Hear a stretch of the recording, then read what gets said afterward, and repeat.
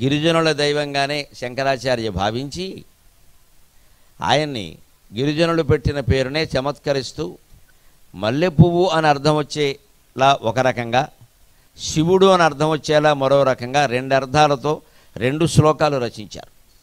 ముందు మల్లెపువ్వుగా చెప్పుకుందాం అర్థం. ఈయన మల్లికార్జునుడు కాబట్టి మల్లికల చేత అర్జున పుష్పాల చేత అర్చింపబడిన మహానుభావుడు కాబట్టి మల్లికార్జునుడు అన్నారు.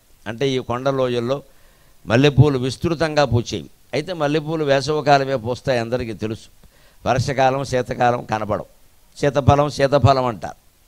ఓ పండు ఉంటుంది సీతాఫలం అనకూడదు, శీతఫలం అది. పైగా అది సీతాదేవికి దానికి ఏం సంబంధం లేదు.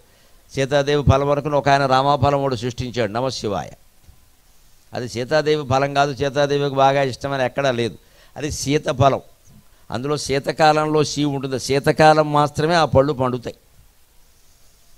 సరిగ్గా ఈ కాలంలో వస్తాయి. రేపు జనవరి నెల సంక్రాంతి వెళ్ళిందంటే శీతఫలాలు దొరకవు. వస్తున్నాయంటే హైబ్రిడ్ సంకరజాతి తినకూడదు. ఒకటి ఎంత ఉంటుంది, గుమ్మడికాయ ఎంత ఉంటుంది, తినకూడదు. ఇంకా మామూలు శీతఫలం ఎంత ఉంటుందో అందరికీ తెలుసు, ఇంతే ఉంటుంది. యాపిల్ పండు అంతే ఉంటుంది.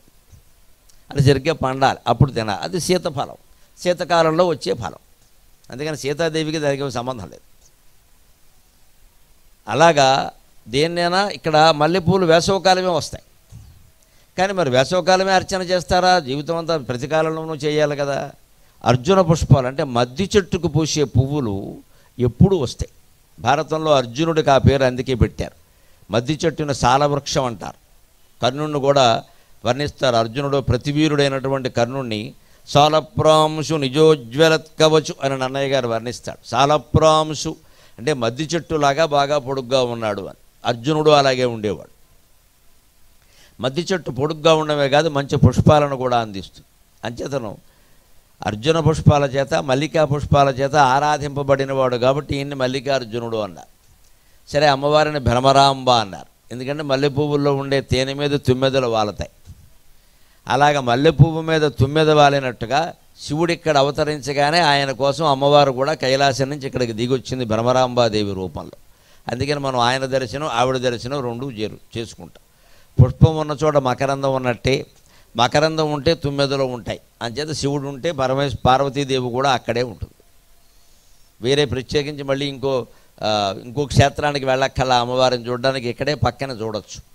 సంధ్యారంభ విజృంభితం శృతిశిరస్థానాంతరాధిష్ఠితం సప్రేమ భ్రమరాభిరామం అసకృత్ సద్వాసనాశోభితం భోగీంద్రాభరణం సమస్త సుమనః పూజ్యం గుణావిష్కృతం సేవే శ్రీగిరి మల్లికార్జున మహాలింగం శివాలింగితం.